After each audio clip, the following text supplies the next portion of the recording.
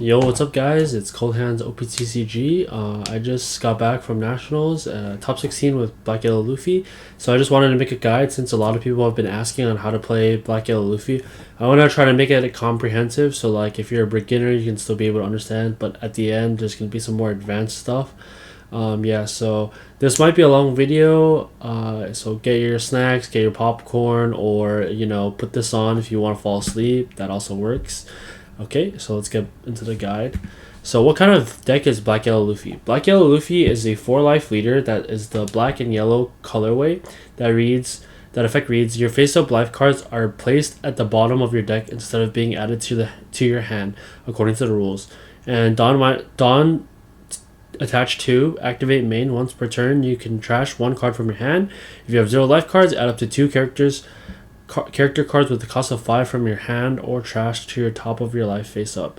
So this means for trading your face up life cards going to the bottom of the deck, so losing your resources, you can now heal from 0 life to 2 life, which is really good. So what kind of deck is Black Yellow Luffy Part 2. Black Yellow Luffy is a control deck that removes the opponent's characters while playing 8-cost Gecko Moria and 2 of the 3 brothers to become a 9,000 power leader until your next turn. So being a 9,000 power leader is really crazy because your opponent is probably going to have only like 2 swings. Let's say they have two bodies. They have their leader and a 5k body. Then they can only swing 10 twice, and that's only 1 card, right? You give them a 2k or you give them a blocker, so it's really oppressive. And if you have cards like Rocket Luffy and KO Sabo, you can clear your opponent's characters and just prevent them from attacking you. So what is the game plan for this deck? Generally, the game plan is to slowly take your life with cards like Luffy or 2k counters like Makino, Flampe, and Hiyori. You take all of your life before your 10 Dawn turn to set up Gecko Moria, 8-cost Gecko Moria. Typically, your opponent will starve you and they're not attacking you to make it so that you have to play cards from your hand like Makino, Flampe, Hiyori, or Luffy. Yeah, so this is the ideal Gecko Moria combo. And instead of this Luffy, you might play Rocket Luffy. Yeah. So an important thing about this deck is that you want to make sure you have your trash set up, right? If you don't have your trash set up, you can't do the Gecko Moria because Gecko Moria brings the babies from the trash. So you need to make sure that your babies are in the trash. So before your 10 Dawn turn, you want to make sure that you have all the cards you need for the Gecko Moria combo. This means you have the matching babies and brothers. So the most important thing is to have the babies in the trash so that when you play the Gecko, it's fine. The 5 cost, you have to ditch a card from your hand. So it's really okay if one of them's on the trash. You can also ditch a 2 cost. So you heal 2 5 costs before you play the Moria to get the 2 costs in the trash. And there's a couple ways to get cards in the trash. For example, by countering, by Sabo, by Luffy. This Luffy trashes life, so whatever is in your life could go to the trash. Alright. Opening hands and mulligans. So what should my starting hand look like and what should I look for? I think this is the best starting hand in my opinion, and the deck wants to go second. Going first is okay, but going second is better because you get to play Kuzan on 4, which it lets you see another card and it's really good. The minusing effect is crazy because you can clear with cards like Rocket Luffy. You can clear up to a 8 cost with the minus effect. So this is your ideal starting hand. You'd go second on 2 Dawn. You play a Garb, look for this 5 cost Luffy. On 4 Dawn, you would play Kuzan, draw a card. On 6 Dawn, you'd play Luffy, use the effect, go down to 3 life, and draw a card. And if it sticks on the board and your opponent doesn't remove it, then you can use it again. And on your 8 Dawn turn, you can use cards like Hiyori or Flampe to go to 0 life and then be able to use your leader effect. One term that I'm going to mention right now is Awaken. People like to use this word. It's from Dragon Ball. So Awakening typically means when your leader goes to 0 so that you can use your effect.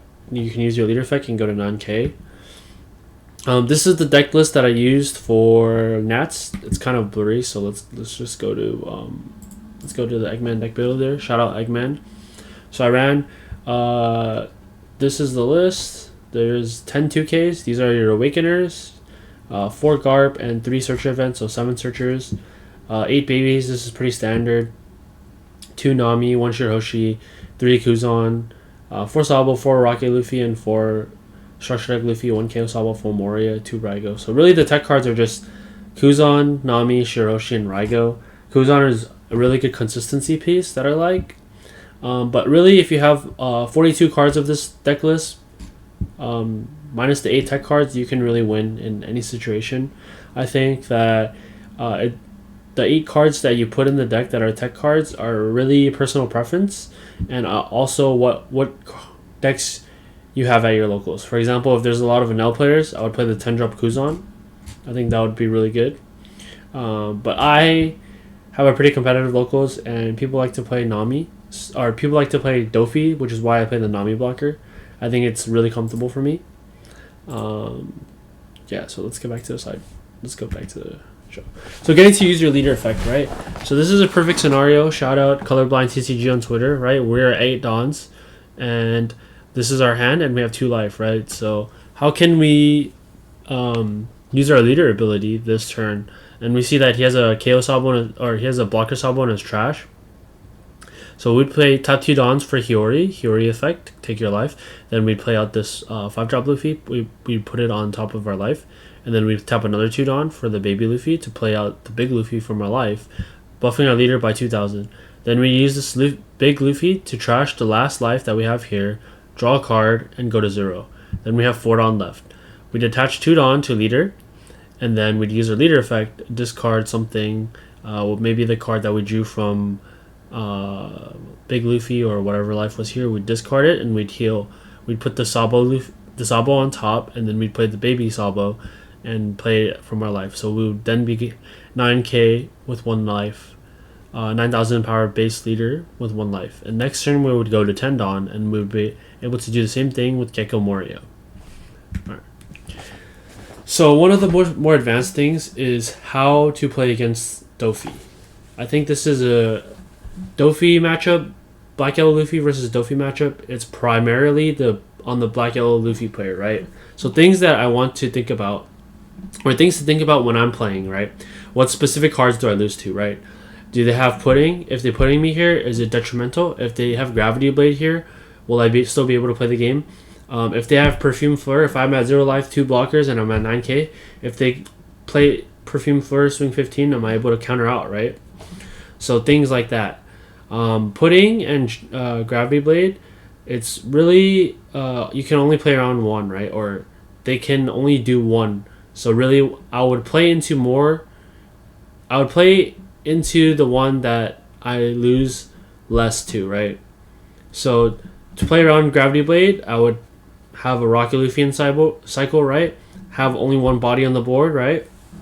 So that they wouldn't be enticed to Gravity Blade, and them Gravity Blading 2 would not be me losing the game. Alright? And pudding, right? I want to stay at like 7 or less cards, because typically they wouldn't want to pudding you if you have more than 7 cards. So we can do that by playing out babies. We can do that by countering out early, right? Also, another thing to think about is what cards in trash, right? What cards do I want to counter with? What cards do I need in the trash, right? Doffy is a deck where they're really aggressive and they attack you a lot, right? So whenever they attack, you want to look at your hand and be like, is it okay if I take this? I'm gonna go down to 2 life. Will I be able to awaken? Will I give them cards? Will I need to give them cards, right? Black Yellow Luffy is a deck where you need to keep a lot of your resources, right? So when you're doing this, right, people that are playing against you, I would say decks like Enel or Purple Luffy, right? They don't want to swing unless they can get cards out of your hand, or they're pushing you down, right? So playing Black Yellow Luffy is kind of like, or playing against Black Yellow Luffy is kind of like playing against Enel. I'm not going to swing at you unless I can get cards out of your hand. So for example, right, if we imagine a Black Yellow Luffy is at 2 life and we swing and we only have 1 more swing, and they don't counter out of the first swing, then we would just stop, right? Because then we swing, they take, they're at 1 life now. If we swing again, they're for sure going to take this because we don't have any more attacks. And then they don't have to waste a 2k to awaken. So, right, that last swing, we want to leave them there so that they're forced to have the 2k in their life. Make it awkward for them, right?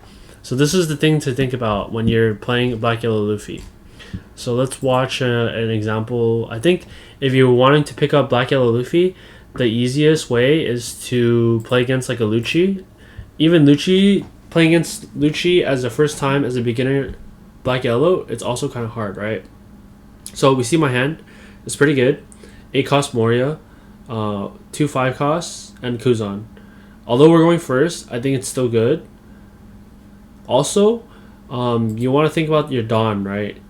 What are you going to do on each turn? So if I'm thinking ahead, 1 Dawn, ideally I'd play Garp. 3 Dawn, I'd swing 5-5. But in this case, I wouldn't want to swing 5-5 with the Garp because Lucci will typically starve you, right? Lucci will typically starve you, but if you turn your Garp sideways and swing 5, they're going to go 5 into the Garp and mill 2. You don't want them to do this. You want them to not be able to have cards in trash because it gives them less options for their Gecko Moria. So in this specific matchup, I'd go just 8 lead. Then on 3 Dawn, we'd ideally play another Searcher or go 5-5, right? So here I swing 7. I swing 7 instead of 8 just to see if he would counter out, right? And I also have a Garp. So ideally, you want to look for your missing pieces, right? So right here, I have in my hand, it was a Baby Sabo, a blocker Sabo, and a structure deck Luffy, right? So I don't have a Baby Luffy. Ideally, I'd pick the Baby Luffy, right? I'd check again. Oh, I grab a second Sabo. I grab a second Sabo here just to make sure that I can draw some 2Ks to awaken. And you really need Sabo in this matchup because Lucci really likes to clear a board. And we're going to our 5 Dawn turn now, so we're just going to swing 5 and then play the Structure Deck Luffy. There's also a world where you can swing 6 and play the Kuzan, just to make sure that he clears the Kuzan and not your Fist Luffy. Right? So he needs something to KO this Luffy, right? See, imagine if he didn't open 2 span dams in this scenario, right? And he has stage, then he can minus my Luffy, but he won't be able to pop it with the 4 cost Lucci because he has nothing to shuffle back, right? So that's why we don't want to turn the Garp sideways.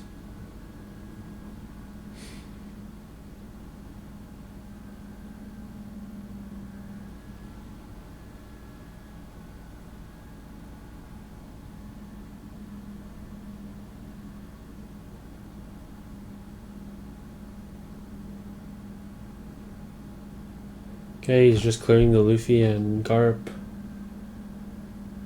I draw Hiyori. This is really good for me. See, so if I grabbed the... Oh. Never mind. I was going to say I would be able to awaken, but I forgot. I don't have a 5 cost Luffy. But yeah, we're at 2 life now. Ideally, we awaken on the next turn. That's going to be 9 Dawn turn. He shows me here. He rips 2 Awakeners, which is really tough for me. Right. But at least he didn't rip the Gecko Moria. So he shows me as a Hiyori and a Flampe. It's kind of rough for me. But I have 2 Geckos, right?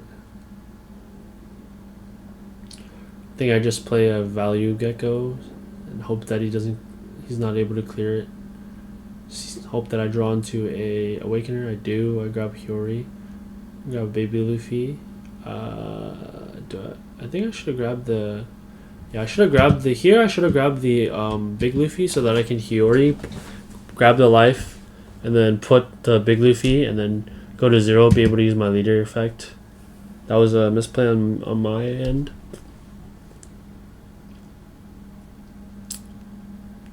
But also, if he swings at me, I need to have Baby, so that's probably also why I decided to take Baby Luffy. And the opponent's just thinking a way how to get rid of everything. Get rid of the Kuzan, get rid of the Moria. He has the Isho. Let's just speed it up a little bit. He's still thinking. Swings 5 to minus. I decided not to use the rocket trigger the rocket Luffy. I don't know why I didn't do that.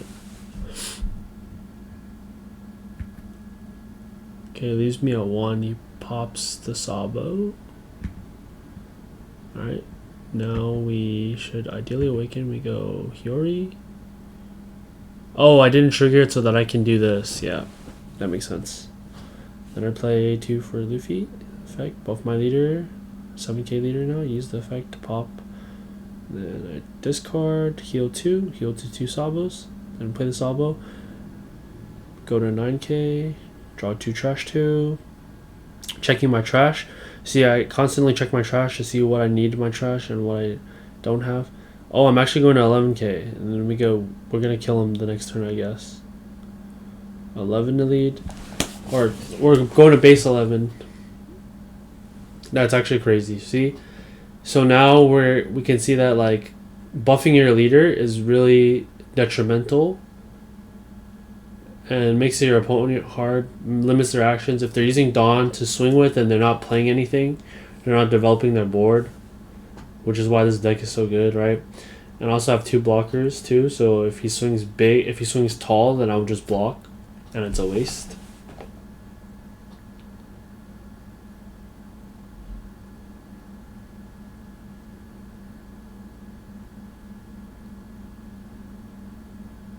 Just thinking about how to navigate the scenario.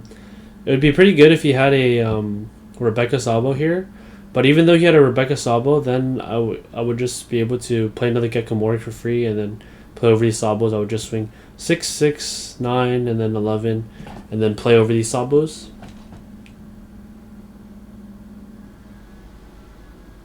You swing 11 or 10? Oh, I'm actually 11k. I'm dumb. So, yeah. Did anyone in the comments catch that? Nobody in the comments catch that. Alright. Small YouTube channel, by the way, guys. But yeah.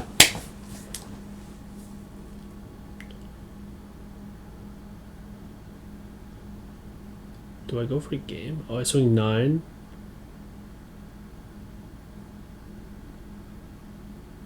Double Sabo.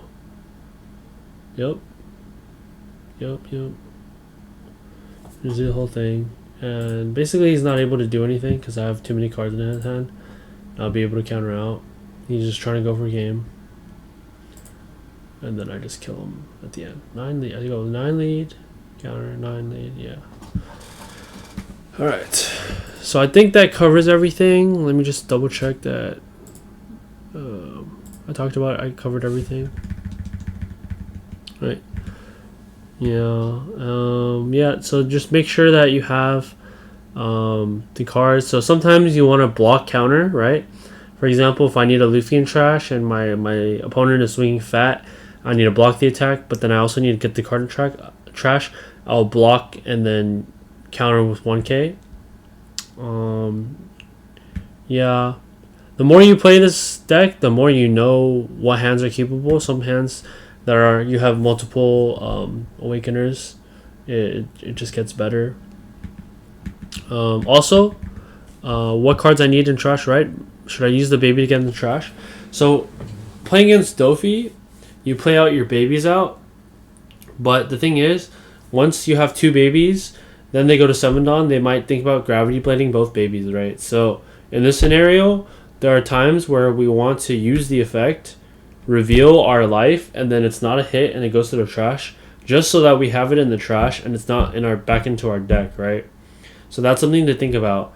Also, there's multiple ways to you get to your leader effect, right? Sometimes you'll counter with the Hiyori, and then you can, on your 8 Dawn turn, you can even go like Get-Go, play Hiyori, play a baby, and then put something from your hand to your life. Be at 7k with 2 life, right?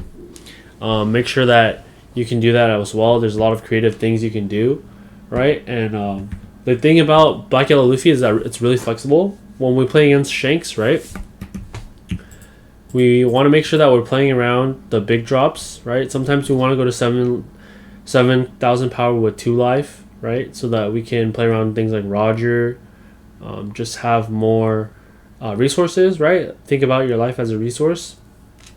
So yeah, let me know if you guys have any questions. I think I probably explained most of it. I feel like I'm forgetting something, but yeah, appreciate you guys watching the video. Like, comment, subscribe. Let me know if you have any questions. I'll be happy to answer them. Also, let me know what decks you guys would like me to play, because I don't know if you guys are ever getting bored of watching Black Yellow Luffy gameplay. I'm totally open to playing other leaders, right? Just give me some suggestions. Thank you guys for subscribing, and thank you guys for watching. Appreciate you guys. See you guys in the next video.